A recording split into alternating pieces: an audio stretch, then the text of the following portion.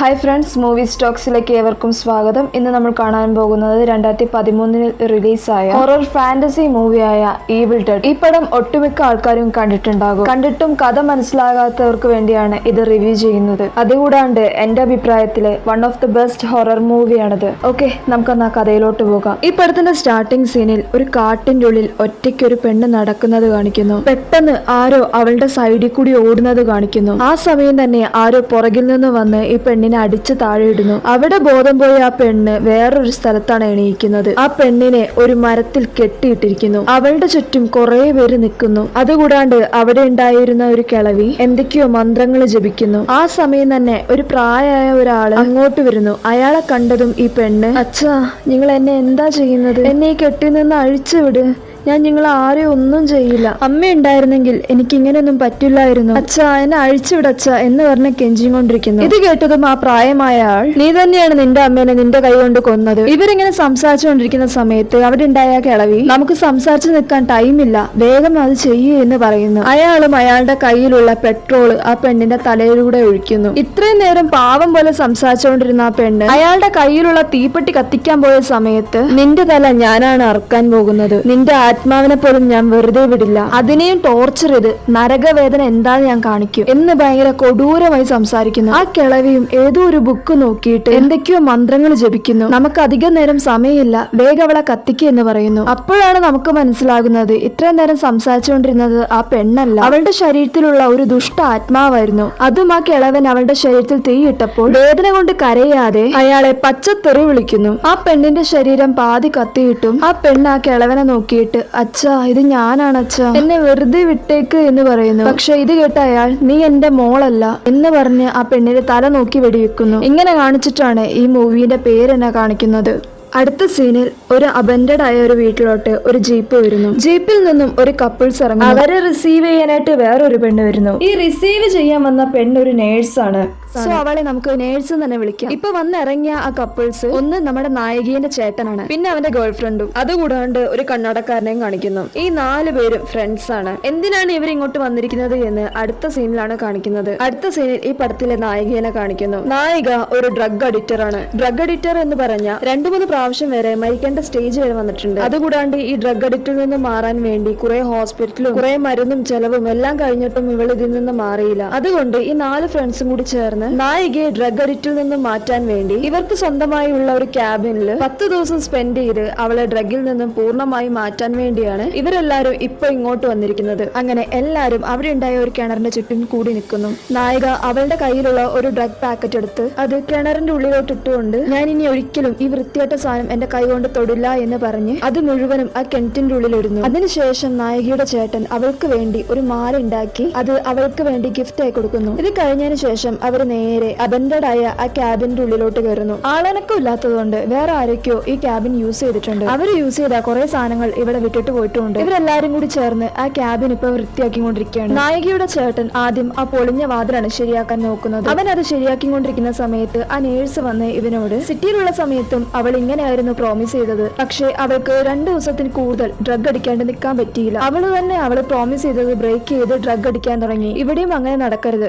നമ്മളെല്ലാരും അവൾക്ക് വേണ്ടിയാണ് കഷ്ടപ്പെട്ട് ഇതുവരെ ഇങ്ങോട്ട് വന്നത്. 10 ദിവസം കഴിയാണ്ട് അവൾ എവിടെ നിന്നും പുറത്തോട്ട് കൊണ്ടുപോകരുത്. ആസ് എ ഫ്രണ്ടായി ഞാൻ നിന്നോട് പറയാണ്, അവൾ എന്ത് ചെയ്താലും എന്ത് പറഞ്ഞാലും അവളെ ഇവിടെ നിന്നും പുറത്തോട്ട് കൊണ്ടുപോകാൻ പാടില്ല. ഇതൊക്കെ കേട്ട നായികയുടെ ചേട്ടൻ, അത് കരുതി അവൾ ഇവിടെ കെട്ടിയിടണമെന്നുണ്ടോ? അവൾ എന്നോട് വന്ന് എനിക്ക് പുറത്തു പോകണം എന്ന് പറഞ്ഞാൽ ഞാൻ എന്തായാലും അവളെ കൊണ്ടുപോകും, എനിക്ക് അവളാണ് മുഖ്യം എന്ന് പറയുന്നു. പക്ഷെ ഇവര് പ്രതീക്ഷിച്ച പോലെ തന്നെ അന്ന് രാത്രി തന്നെ നായിക വിയേർഡായി ബിഹേവ് ചെയ്യുന്നു. അവൾക്ക് മാത്രം ആ വീട്ടിൽ നിന്ന് എന്തോ ചത്തു മണക്കുന്ന സ്മെല്ല് വരുന്നു. പക്ഷെ വേറെ ആർക്കും ആ സ്മെല്ല് വരുന്നില്ല. നായിക, എനിക്ക് ഈ സ്മെല്ലും സഹിച്ച് ഇവിടെ ഇരിക്കാൻ പറ്റില്ല, ഞാൻ വീട്ടിലോട്ട് തന്നെ പോകുകയാണ് എന്ന് പറഞ്ഞുകൊണ്ടിരിക്കുന്നു. പക്ഷെ എല്ലാരും വിചാരിക്കുന്നത് ഇവർക്ക് ഡ്രഗ് കിട്ടാത്തതുകൊണ്ടാണ് അവൾ ഇങ്ങനെ പറയുന്നത് എന്നാണ്. അതേസമയം തന്നെ ഇവര് വളർത്തുന്ന ഒരു നായ ഹാളിലുള്ള കാർപ്പറ്റ് മാന്തി കൊണ്ട് തന്നെ ഇരിക്കുന്നു. ഇത് കണ്ട് അവർ ആ കാർപ്പറ്റ് മാറ്റി എന്താണെന്ന് നോക്കുന്നു. കാർപ്പറ്റ് എടുത്ത് മാറ്റി നോക്കിയപ്പോൾ ബേസ്മെന്റിലോട്ട് പോകുന്ന ഡോറാണ് കാണുന്നത്. പക്ഷേ ആ ഡോറിന്റെ സൈഡ് മുഴുവനും ബ്ലഡിന്റെ മാർക്കാണ്. ആരെയോ പിടിച്ച് വലിച്ച് ബേസ്മെന്റിലോട്ട് കൊണ്ടുപോയതുപോലെ. ഇവരും ആ ഡോർ തുറക്കുന്നു. ഡോർ തുറന്നപ്പോൾ ഏതോ ഒരു ബോഡി ചീഞ്ഞ് അഴുകിയ നാറ്റം അടിക്കുന്നു. ഇവരെല്ലാരും ആ നാറ്റവും വായിച്ച് താഴെ ബേസ്മെന്റിലോട്ട് പോയി നോക്കുന്നു. ബേസ്മെന്റിൽ പോയി നോക്കിയാൽ കുറെ പൂച്ചകളെ കൊന്നിട്ട് അവിടെ ഇവിടെയൊക്കെ തൂക്കിയിട്ടിരിക്കുന്നു. അതുകൂടാണ്ട്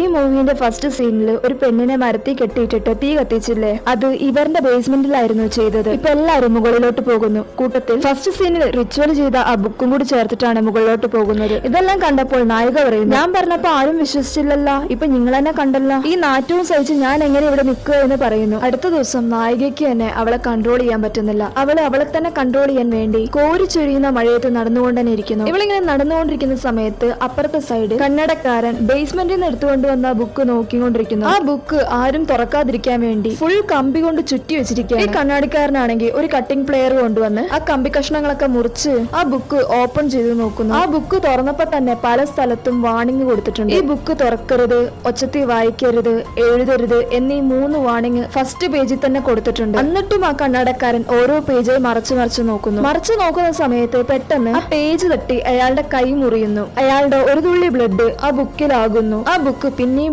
അയാൾ മറച്ചു നോക്കുന്നു. ആ ബുക്കിൽ മുഴുവനും കുറെ ഡിസ്റ്റർബിംഗ് ആയ പിക്ചേഴ്സും അതിനോടൊപ്പം തന്നെ ഈ ബുക്കാണ് അവന്റെ വാതിൽ തുറക്കുന്നത് എന്ന് പല വാണിംഗും കൊടുത്തിട്ടുണ്ട്. അതുകൂടാണ്ട് പല സ്ഥലങ്ങളിലും കുത്തിവെച്ചിട്ടിരിക്കുന്നു. ഈ കന്നഡക്കാരനും ഒരു കഷ്ണം പേപ്പർ എടുത്തിട്ട് ആ കുത്തിവെച്ച സ്ഥലത്ത് വെച്ച് അതിന്റെ പക്കത്ത് പെൻസിൽ കൊണ്ട് ഷെയ്ഡ് ചെയ്യുന്നു. അപ്പൊ ഒരു വേർഡ് കാണുന്നു. ഓൾറെഡി ഈ ബുക്ക് തുറക്കുന്ന സമയത്ത് ഇതിലുള്ള ഒരു കാര്യവും ഒച്ചത്തി വായിക്കരുത് എന്ന് വാണിംഗ് കൊടുത്തിട്ടുണ്ട്. ഈ കന്നഡക്കാരനും അത് ഒച്ചത്തി വായിക്കുന്നു. ഇയാൾ ഇങ്ങനെ ഒച്ചത്തി വായിക്കുമ്പോൾ ദൂരെ നിന്ന് എന്തോ ഒരു സാധനം ഓടി വരുന്നത് കാണിക്കുന്നു. ഇയാൾ പിന്നെയും അടുത്ത വേർഡ് വായിക്കുമ്പോൾ ഈ ഓടി വരുന്ന സാധനത്തിന്റെ സ്പീഡ് കൂടുന്നു. അങ്ങനെ 3ാമത്തെ വേർഡും വായിക്കുന്നു. അതിന്റെ ഓട്ടത്തിന്റെ സ്പീഡ് പിന്നെയും കൂടുന്നു. ലാസ്റ്റത്തെ മന്ത്രവേർഡ് കന്ത എന്ന് പറഞ്ഞതും ആ ഓടി വരുന്ന സാധനം നായികയുടെ അടുത്ത് വന്നു എന്ന് തോന്നുന്നു. അവള് പെട്ടെന്ന് വൊമിറ്റ് ചെയ്യുന്നു. അതുകൂടാണ്ട് അവളൊന്ന് ജസ്റ്റ് തല പൊക്കി നോക്കിയപ്പോൾ എന്തോ ഒന്നിനെ കണ്ടിട്ട് അവൾ പേടിച്ച് വീട്ടിന്റെ ഉള്ളിലോട്ട് ഓടുന്നു. അവളുടെ ഫ്രണ്ട്സിനോട്, ഞാൻ ഒരു നിമിഷം പോലും ഇവിടെ നിൽക്കില്ല, ഞാൻ സിറ്റിയിലോട്ട് തന്നെ തിരിച്ചു പോവാണ്, എന്നെ സിറ്റിയിൽ തന്നെ കൊണ്ടുപോയാക്കുക എന്ന് അവളുടെ ചേട്ടനോട് പറയുന്നു. പക്ഷെ അവൻ, നീ എന്ത് പറഞ്ഞാലും ഞാൻ നിന്നെ കൊണ്ടുപോകൂല എന്ന് പറയുന്നു. അവളുടെ ഫ്രണ്ട്സിനോടും ചോദിക്കുന്നു. പക്ഷെ ആരും ഇവള് പറയുന്നത് കെയർ ചെയ്യാണ്ട് ഇവളെ തിരിച്ച് സിറ്റി കൊണ്ടുപോയാക്കില്ല എന്ന് തന്നെ പറയുന്നു. ഇത് കണ്ടതും നായിക അവളുടെ ചേട്ടൻ ഗിഫ്റ്റ് കൊടുത്ത മാല പൊട്ടിച്ചെറിയുന്നു. എന്നിട്ട് നിങ്ങൾ ആരും എന്നെ കൊണ്ടാക്കണ്ട, ഞാൻ തന്നെ പൊക്കോളാം എന്ന് പറഞ്ഞ് കാർ എടുത്തുകൊണ്ട് സ്പീഡിൽ അവിടെ നിന്നും പോകുന്നു. അവൾ കാട്ടിൽ കൂടി പോകുന്ന സമയത്ത് എന്തോ ഒന്നിനെ കണ്ടതും അവളുടെ കാറിന്റെ ബാലൻസ് തെറ്റി അവിടെയുള്ള തോട്ടിലോട്ട് മറിഞ്ഞു വീഴുന്നു. തിരിച്ച് ബോധം വന്ന അവൾ കാറിൽ നിന്ന് ഇറങ്ങി തോട്ടിൽ നിന്നും പുറത്തോട്ട് പോകാൻ നോക്കുന്നു. ആ സമയത്ത് അവളെ ആരോ ഫോളോ ചെയ്യുന്ന പോലെ തോന്നുന്നു. ഇവളും പേടിച്ച് ആ കാട്ടിന്റെ ഉള്ളിലോട്ട് ഓടുന്ന സമയത്ത് അവിടെയുള്ള വേരിൽ അവളുടെ കാല് കുടുങ്ങി നേരെ ഒരു വേരിന്റെ പൊത്തിലോട്ട് വീഴുന്നു. നായികയും അവിടെ നിന്ന് എണീക്കാൻ നോക്കുന്നു. പക്ഷേ ഓരോ വേരുകളും വന്ന് അവളുടെ കൈയും കഴുത്തും കാലും പിടിച്ചു വെക്കുന്നു. ഇവളും അതിൽ നിന്ന് രക്ഷപ്പെടാൻ നോക്കുന്നു. ആ വേരുകളും ഇവളുടെ കഴുത്ത് മുറുക്കുന്നു. ആ സമയത്താണ് നമുക്ക് ഇവൾ എന്ത് കണ്ട് പേടിച്ച് ഓടിയതാണ് എന്ന് കാണിക്കുന്നത്. ദൂരെ ഒരു കൊടൂരമായ രൂപം ഇവളെ നോക്കി നിൽക്കുന്നു. പെട്ടെന്ന് ആ പിശാച് അതിന്റെ വാ തുറന്നതും ഒരു കറുത്ത വേര് പോലൊരു സാധനം അതിന്റെ വായിൽ നിന്നും പുറത്തോട്ട് വരുന്നു. ആ വേര് നേരെ നായികയുടെ അടുത്തോട്ട് വന്ന് അവളുടെ കാല് ചുറ്റി പിടിച്ച് ആ വേര് നേരെ അവളുടെ ശരീരത്തിലോട്ട് കയറുന്നു. ആകെ നമുക്ക് കേൾക്കാൻ പറ്റുന്നത് അവളുടെ അലർച്ച മാത്രമാണ്. അടുത്ത സീനിൽ നായികയെ തേടി എല്ലാവരും കാട്ടിന്റെ ഉള്ളിൽ വന്ന് അവളെ കണ്ടുപിടിച്ച് നേരെ വീട്ടിലോട്ട് കൂട്ടിക്കൊണ്ടും കൊണ്ടുപോകുന്നു. അവളുടെ ശരീരം മൊത്തം മുറിവുകളും ചതവുകളുമാണ്. ഇവർ വിചാരിക്കുന്നത് കാട്ടിന്റെ ഉള്ളിൽ വീണിട്ട് പറ്റിയതാണ് എന്ന്. ആ നേഴ്സും അവളുടെ മുറിവിന് മരുന്നൊക്കെ ഇടുന്നു. നായികയുടെ ചേട്ടനും ഇവളുടെ അടുത്ത് വന്ന് എന്ത് പറ്റി എന്ന് ചോദിക്കുന്നു. പക്ഷെ നായിക എന്നെ എങ്ങനെങ്കിലും ഇവിടെ നിന്ന് കൊണ്ടുപോകൂ എന്ന് ചോദിച്ചുകൊണ്ട് തന്നെ ഇരിക്കുന്നു. അതിനവൻ, നീ എന്ത് പറഞ്ഞാലും ഞാൻ നിന്നെ ഇവിടെ നിന്നും കൊണ്ടുപോകില്ല എന്ന് തന്നെ പറയുന്നു. അതിന് നായിക അവന്റെ ഫേസിന്റെ അടുത്തോട്ട് പോയിട്ട്, നമ്മളല്ലാണ്ട് ഇവിടെ വേറെ ആരോ ഉണ്ട്, എനിക്കത് നല്ലോണം ഫീൽ ചെയ്യുന്നുണ്ട്, പ്ലീസ് എന്നെ ഇവിടെ നിന്നും കൊണ്ടുപോകൂ, എനിക്ക് ഇവിടെ നിൽക്കാൻ പറ്റൂല എന്ന് പറയുന്നു. ഇത് കേട്ടതും അവളുടെ ചേട്ടൻ ഒന്നും പറയാണ്ട് റൂമിന്റെ പുറത്തോട്ട് പോകുന്നു. ഇപ്പുറത്തെ സൈഡിൽ ആ കണ്ണാടി ഇട്ടവൻ ആ ബുക്ക് തന്നെ റിസർച്ച് ചെയ്തുകൊണ്ടിരിക്കുന്നു. ആ ബുക്ക് ഒന്ന് സൂക്ഷിച്ചു നോക്കിയാൽ ചില കാര്യങ്ങൾ നടന്നതുപോലെ കാണാം. കാട്ടിന്റെ ഉള്ളിൽ വേരിൽ കുടുങ്ങുന്നതും ഫസ്റ്റ് സീനിൽ ഒരു പെണ്ണിനെ തീ കത്തിച്ചതും എല്ലാം ഇത് മുൻകൂട്ടി തന്നെ ആ ബുക്കിൽ വരച്ചു വെച്ചിരിക്കുന്നു. പക്ഷെ ഇതൊന്നും ഇവർക്ക് നടന്നതായി അറിയില്ല. അതേസമയം നായികയുടെ ചേട്ടൻ ബേസ്മെന്റിലുള്ള ചത്ത പൂച്ചകളെ അവിടെ നിന്ന് മാറ്റി ആ ബേസ്മെന്റ് ക്ലീൻ ചെയ്യുന്നു. ഇവൻ ഈ വേസ്റ്റ് പുറത്തു കൊണ്ടേ കളയാൻ പോകുന്ന സമയത്ത് അവിടെ ഒരു സ്ഥലത്ത് ചോരപ്പാട് കണ്ടതും ഇവൻ ആ ചോരപ്പാട് ഫോളോ ചെയ്തു പോകുന്നു. പോയി നോക്കിയപ്പോൾ ഇവൻ സ്നേഹത്തോടെ വളർത്തിയ നായയെ ആരോ ചുറ്റിയ കൊണ്ട് അടിച്ചു കൊന്നിരിക്കുന്നു. ഇത് കണ്ടതും അവൻ നായികയാണ് ഇത് ചെയ്തത് എന്ന് മനസ്സിലാക്കി അവിടെ നിന്നും ദേഷ്യപ്പെട്ടുകൊണ്ട് നേരെ നായികയുടെ റൂമിലോട്ട് പോകുന്നു. ആ സമയം നായിക ബാത്റൂമിൽ കുളിച്ചുകൊണ്ടിരിക്കുകയാണ്. ഇവളുടെ ചേട്ടനും ബാത്റൂമിന്റെ പുറത്തു നിന്ന്, ആ നായ നിന്നോട് എന്ത് ചെയ്തു, അതിനെ തല്ലിക്കൊല്ലാൻ മാത്രം എന്ന് പറഞ്ഞ് ആ ബാത്റൂമിന്റെ വാതില് ഫോഴ്സായി തള്ളി തുറക്കാൻ നോക്കുന്നു. ആ സമയം നായിക കുളിച്ചുകൊണ്ടിരുന്ന വെള്ളത്തിന്റെ ഫ്ലെയിം ഹൈ ഫ്ലെയിമിലോട്ട് വെക്കുന്നു. ആ വെള്ളം അവളുടെ ശരീരത്തിൽ തട്ടിയത് മേല് ഫുള്ളും കൊമളയായി വരുന്നു. ഇത് കണ്ടുകൊണ്ടാണ് നായികയുടെ ചേട്ടൻ ബാത്റൂമിന്റെ ഉള്ളിലോട്ട് വരുന്നത്. ഇത് കണ്ട് എല്ലാരും ഷോക്ക് ആവുന്നു. അവളെ എടുത്തുകൊണ്ട് പുറത്തോട്ട് പോയി വേറൊരു വണ്ടിയിൽ വെച്ച് ഹോസ്പിറ്റലിലോട്ട് പോകാൻ നോക്കുന്നു. ഈ സീൻ കണ്ട ആ കണ്ണാടിക്കാരൻ ഞാൻ ഇത് എവിടെയോ കണ്ടിട്ടുണ്ടല്ലോ എന്ന് പറഞ്ഞ് ആ ബുക്ക് എടുത്തു നോക്കുന്നു. അതിലും ഇതുപോലെ തന്നെയാണ് കാണിച്ചിരിക്കുന്നത്. ഇപ്പത്തെ സീനിൽ നായികയെ കാറിലിട്ടുകൊണ്ട് ഇവര് ഹോസ്പിറ്റലിൽ പോകുന്ന കാണിക്കുന്നു. ഇവര് ഫസ്റ്റ് വരുന്ന സമയത്ത് ഒരു ചെറിയ നദിയും കടന്നിട്ടാണ് വന്നത്. പക്ഷെ ഇപ്പൊ വന്ന് നോക്കുമ്പോൾ ആ നദി ഭയങ്കര ഫോഴ്സിൽ കുത്തി ഒലിക്കുന്നു. ഇത് കണ്ടതുകൊണ്ട് അവർക്ക് നേരെ ഹോസ്പിറ്റലിലോട്ട് പോകാൻ പറ്റില്ല. അവര് തിരിച്ച് ആ വീട്ടിലോട്ട് തന്നെ പോകുന്നു. നായികയെ റൂമിൽ കൊണ്ടേ കടത്തുന്നു. ബാക്കി 4 പേരും ഹോളിൽ വന്നിരുന്ന് എന്താണ് ഇവിടെ നടക്കുന്നത് എന്ന് ഒരു ഐഡിയ ഇല്ലാണ്ടിരിക്കുന്ന സമയത്ത് നായിക ഒരു ഗണ്ണ് എടുത്തുകൊണ്ട് ഹോളിലോട്ട് വരുന്നു. അവളുടെ ചേട്ടൻ അവളുടെ കയ്യിൽ ഗണ്ണ് കണ്ടതും അവളോട് ആ ഗണ്ണ് താഴെ ഇടാൻ പറയുന്നു. പക്ഷേ ആ ഗണ്ണ് നേരെ അവന്റെ മേത്തോട്ട് ഉന്നം വെച്ച് അവനെ ഷൂട്ട് ചെയ്യാൻ പോയതും ജസ്റ്റ് മിസ്സിൽ അവൻ രക്ഷപ്പെടുന്നു. പക്ഷേ അവന്റെ ഷോൾഡറിന് വെടിയേൽക്കുന്നു. ഷൂട്ട് ചെയ്ത് കഴിഞ്ഞതിന് ശേഷം നായിക ഭയങ്കര ഒച്ചത്തിൽ അലറുന്നു. അവൾ അലറിയപ്പോൾ ആ വീട്ടിലുള്ള എല്ലാ കണ്ണാടിച്ചിലും പൊട്ടിത്തെറിക്കുന്നു. എന്നിട്ട് അവൾ എല്ലാവരെയും നോക്കിയിട്ട് നിങ്ങൾ എല്ലാവരും മരിക്കാൻ പോവാണ് എന്ന് പറഞ്ഞ് അവിടെ ബോധം കെട്ട് വീഴുന്നു. ആ നേഴ്സും നായികയുടെ സൈഡിൽ നിന്ന് ആ ഗണ്ണെടുത്ത് മാറ്റാനായി പോയപ്പോൾ നായിക അവളെ കമഴ്ത്തിയിട്ട് അവളുടെ മേത്ത് കയറിയിരുന്ന് അവളുടെ വാ തുറന്ന് അവളുടെ മേത്തോട്ട് ബ്ലഡ് വൊമിറ്റ് ചെയ്യുന്നു. ഇത് കണ്ടതും ആ നേഴ്സ് അവളെ ബേസ്മെന്റിന്റെ ഉള്ളിലോട്ട് തള്ളിയിടുന്നു. എല്ലാരും കൂടി ചേർന്ന് ആ ബേസ്മെന്റിന്റെ ഡോർ അടയ്ക്കുന്നു. ഇപ്പോഴും അവർ വിചാരിക്കുന്നത് ഡ്രഗ് കിട്ടാതെ അവസാനം പ്രാന്തായി എന്നാണ്. ആ കണ്ണടക്കാരനും ഹൈ ഡോസിലുള്ള സെഡേഷൻ കുത്തിവെച്ച് അവളെ കൺട്രോൾ ചെയ്യാൻ നമുക്ക് നോക്കാം. ഇതെല്ലാം കണ്ട് എല്ലാരും ഷോക്ക് അടിച്ച് നിൽക്കുകയാണ്. ഇതിനു മുമ്പ് നായിക ഇതുപോലെ വയലന്റ് ആയ സമയത്ത് ഇവളൊന്ന് കാമാക്കാൻ വേണ്ടി അന്ന് ഇവർ ഒരു ഇഞ്ചക്ഷൻ കൊടുത്തായിരുന്നു. പക്ഷേ ആ ഇഞ്ചക്ഷൻ കാരണം നായിക കോമ സ്റ്റേജ് വരെ പോയതാണ്. സോ ഇപ്പൊ അവർക്ക് ഇഞ്ചക്ഷൻ കൊടുക്കണോ വേണ്ടോ എന്നുള്ള ഒരു പേടിയിലാണ് ഇരിക്കുന്നത്. ആ നേഴ്സും റൂമിൽ പോയി അവളുടെ ശരീരത്തിലുള്ള ചോരക്കറയെല്ലാം തുടച്ചു മാറ്റി നായികയ്ക്ക് കൊടുക്കാനുള്ള ഇഞ്ചക്ഷൻ എടുത്തോണ്ടിരിക്കുകയാണ്. ഇവളത് ചെയ്തോണ്ടിരിക്കുന്ന സമയത്ത് ഇവളുടെ മുന്നിലുണ്ടായ ഒരു കണ്ണാടി ക്ലോസ് ആകുന്നു. അതിൽ ഇവളുടെ മുഖം കാണുന്നതിന് പകരം കവളിന്റെ ഒരു ഭാഗം മുറിച്ചെടുത്ത ഇവളുടെ റിഫ്ലക്ഷൻ ആണ് കാണുന്നത്. അത് കണ്ട് അവളും പേടിച്ചു പോകുന്നു. അവൾക്ക് തന്നെ എന്തൊക്കെയോ പാരനോർമൽ ആക്ടിവിറ്റീസ് അവളുടെ ചുറ്റും നടക്കുന്നതായി തോന്നുന്നു. ആ സമയം അവിടെ ഉണ്ടായിരുന്ന ഡെഡ് ബുക്കിലെ ഓരോ പേജും ഓട്ടോമാറ്റിക് മറിഞ്ഞ് ഒരു പേജിലോട്ട് വരുന്നു. അതിൽ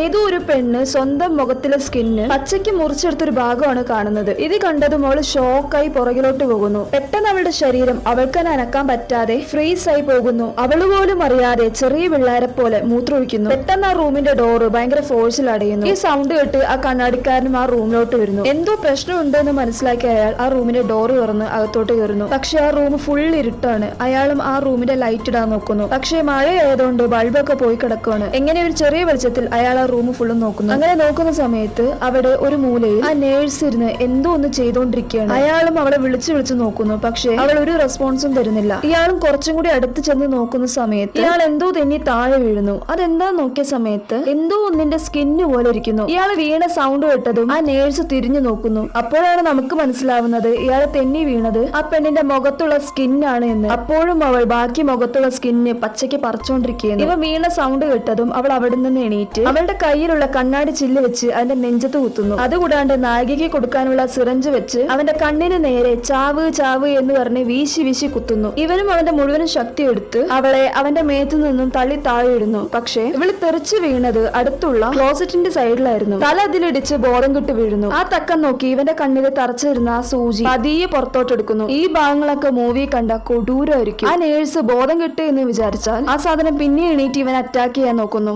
ഇവനും അടുത്തുണ്ടായ ക്ലോസറ്റിന്റെ പീസ് എടുത്ത് അവളുടെ തല ചതച്ച് കളയുന്നു. അങ്ങനെ ഇവന്റെ സൗണ്ട് കേട്ട് എല്ലാരും അങ്ങോട്ട് വരുന്നു. ഇവനെ എടുത്തുകൊണ്ട് ഹാളിലോട്ട് പോകുന്നു. അപ്പോഴാണ് ഇവൻ പറയുന്നത് ഇതൊന്നും പ്രാന്തിന്റെ ലക്ഷണമല്ല, ഏതോ ഒരു പിശാചിന്റെ കളിയാണ് എന്ന് പറഞ്ഞ് ആ ഡെഡ് ബുക്ക് എടുത്ത് ഇവൻ എക്സ്പ്ലെയിൻ ചെയ്യാൻ തുടങ്ങുന്നു. ഞാനാണ് ആ പിശാചിനെ തുറന്നു വിട്ടത്. ഈ ബുക്കിൽ ഓൾറെഡി ഒരു വാർണിംഗ് തന്നിരുന്നു. ഞാൻ അത് ശ്രദ്ധിക്കാണ്ട് ആ ബുക്ക് വായിച്ച് ഏതോ ഒരു പിശാചിനെ ഞാൻ തുറന്നു വിട്ട്. നിന്റെ നീതിക്ക് ഡ്രഗിന്റെ ഭ്രാന്തല്ല, അവളുടെ ശരീരത്തിൽ ഏതോ ഒരു പിശാച് കയറിയിട്ടുണ്ട്. ഇവരിങ്ങനെ സംസാരിച്ചുകൊണ്ടിരിക്കുന്ന സമയത്ത് ഇവന്റെ മേത്ത് മുറിവ് കണ്ടിട്ട് അവന്റെ ഗേൾഫ്രണ്ടിനോട് ഫസ്റ്റ് എയ്ഡ് കിറ്റ് എടുത്തിട്ട് വരാൻ പറയുന്നു. ഇവളും അത് എടുക്കാൻ പോകുന്ന സമയത്ത് താഴെ ബേസ്മെന്റിന്റെ ഡോറ് തുറന്നു കിടക്കുന്നു. താഴെ നായിക ഇരുന്ന് പൊട്ടി പൊട്ടി കരയുന്നു. നായിക കരയുന്നത് കേട്ടതും അവൾ ശരിയായി എന്ന് വിചാരിച്ച് അവൾ ആ സ്റ്റെപ്പ് ഇറങ്ങി താഴോട്ട് പോകുന്നു. ഞാനാണ് തെറ്റിയത്, ഞാൻ കാരണമാണ് ഇപ്പൊ നിങ്ങൾ സങ്കടപ്പെടുന്നത് എന്ന് കുറെ സങ്കടങ്ങളൊക്കെ പറഞ്ഞ് ആ പെണ്ണൊന്ന് ആ പിശാചിന്റെ അടുത്ത് എത്തിയതും നായിക തിരിഞ്ഞൊരു നോട്ടം നോക്കും. അത് കണ്ടതും അവൾ അവിടെ നിന്ന് ഇറങ്ങി ഓടാൻ നോക്കുന്നു. ഇവളൊന്ന് മുകളിലോട്ട് പോകാൻ നോക്കിയതും അവളുടെ കാല് പിടിച്ച് വലിച്ച് താഴോട്ട് ഇടുന്നു. അവൾ അടിച്ച് താഴെ ഇട്ട് അവളുടെ മേത്ത് ബ്ലഡ് വൊമിറ്റ് ചെയ്യുന്നു. അതുകൂടാണ്ട് അവളുടെ കൈയും കടിച്ചു വെക്കുന്നു. ഈ സൗണ്ട് കേട്ട് നായികയുടെ ചേട്ടൻ അങ്ങോട്ട് വന്ന് അവളെ രക്ഷിക്കുന്നു. ആ പിശാചും സ്വന്തം ചേട്ടനാണെന്നും കൂടി നോക്കാണ്ട് ഭയങ്കര വൃത്തിയോടായിട്ട് തെറി വിളിക്കുന്നു. നായിക വരുന്നതിന് മുമ്പ് ബേസ്മെന്റ് ടൈറ്റ് ആയി പൂട്ടുന്നു. അവൾ പുറത്തോട്ട് വരാത്ത രീതിയിൽ. ഇതും കൂടി കണ്ടപ്പോഴാണ് അവർക്ക് ഇതിന്റെ സീരിയസ്നെസ് മനസ്സിലാവുന്നത്.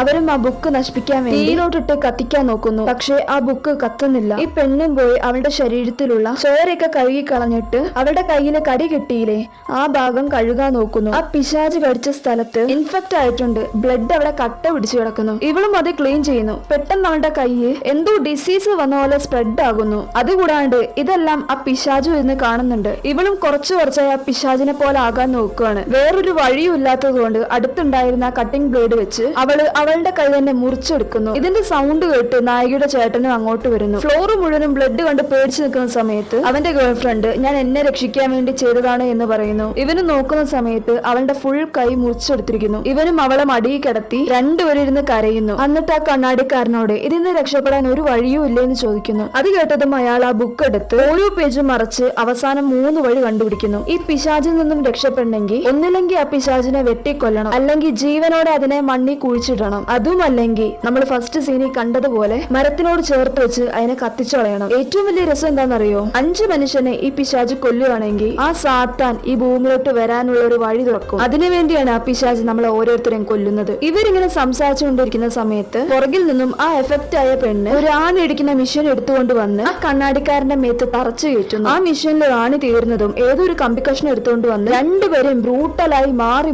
അടിച്ചുകൊണ്ടിരിക്കുന്നു. ഒരു ഘട്ടത്തിൽ ആ കണ്ണാടിക്കാരന്റെ ജീവൻ പോയി എന്ന് തന്നെ പറയാം. പക്ഷെ നായികയുടെ ചേട്ടൻ സ്വന്തം ലവറിനെ അവന്റെ കൈ കൊണ്ട് തന്നെ കൊല്ലുന്നു. അവളും നേരെ അവന്റെ മടിയിലോട്ട് വീണ് നീ എന്താ എന്നോട് ചെയ്യുന്നത്? എന്റെ മുഖവും മേലും എല്ലാം വേദനിക്കുന്നു. കാരണം അവള് തന്നെ അവന്റെ സ്വന്തം മുഖത്ത് കുറെ ആണികൾ അടിച്ചിട്ടുണ്ടായിരുന്നു. കുറെ വേദന സഹിച്ച് അവസാനം അവന്റെ മടിയിൽ കിടന്ന് അവള് മരിക്കുന്നു. ഇതെല്ലാം കണ്ട് അവന് സഹിക്കാൻ പറ്റാണ്ട് നമുക്ക് എങ്ങനെയെങ്കിലും ഇതിനൊരു അവസാനം കണ്ടുപിടിക്കണം എന്ന് പറഞ്ഞ് അവിടെ ഉണ്ടായിരുന്ന മണ്ണെണ്ണ മുഴുവനും എടുത്ത് വീട് മൊത്തം ഒഴിക്കുന്നു. തീ കത്തിക്കാൻ പോയ സമയത്ത് എന്തോ അവനെ കൊണ്ട് അത് ചെയ്യാൻ പറ്റുന്നില്ല. അതേസമയം പുറത്ത് ഏതോ ഒരു മരത്തിന് തീ പിടിക്കുന്നു. അപ്പോഴാണ് അവന് വേറൊരു ഐഡിയ തോന്നുന്നത്. വേഗം പുറത്തുപോയി ആ തീ പിടിച്ച മരത്തിന്റെ സൈഡില് മണ്ണ് കുഴിക്കാൻ തുടങ്ങുന്നു. കുഴി തോണ്ടിയതിനു ശേഷം അവൻ നേരെ ബേസ്മെന്റിലോട്ട് വന്ന് അവന്റെ അനിയത്തിയെ രക്ഷിക്കാൻ നോക്കുന്നു. പക്ഷേ ഒരു മുഴുവൻ സാത്താനായി അവൾ അവിടെ നിൽക്കുന്നു. സ്വന്തം ചേട്ടനൊന്നും കൂടി നോക്കാണ്ട് അവനെ എടുത്തിട്ടടിക്കുന്നു. അവനും എങ്ങനെയൊക്കെയോ രക്ഷപ്പെടാൻ നോക്കുന്നു. പക്ഷേ അവനെ കൊന്നു കളയണം എന്നുള്ള മൈൻഡ് സെറ്റിൽ തന്നെ അവനെ അറ്റാക്ക് ചെയ്തുകൊണ്ട് തന്നെ ഇരിക്കുന്നു. ആ സമയം ആ കണ്ണടക്കാരൻ ബേസ്മെന്റിലോട്ട് വരുന്നു. ആ സാത്താൻ എന്തോ ഒരു വെയിറ്റ് ഉള്ള സാധനം വെച്ച് അടിച്ച് താഴെയിടുന്നു. അപ്പോഴും ആ പിശാശ് അതിന്റെ കയ്യിലുള്ള മൂർച്ചയുള്ള സാധനം വെച്ച് അവന്റെ വയറ്റിലോട്ട് കുത്തുന്നു. ബ്ലഡ് കുറെ പോയതുകൊണ്ട് അവൻ അവിടെ മരിച്ചു വീഴുന്നു. ആ തക്കം നോക്കി ഇവൻ എടുത്തു വെച്ചിരുന്ന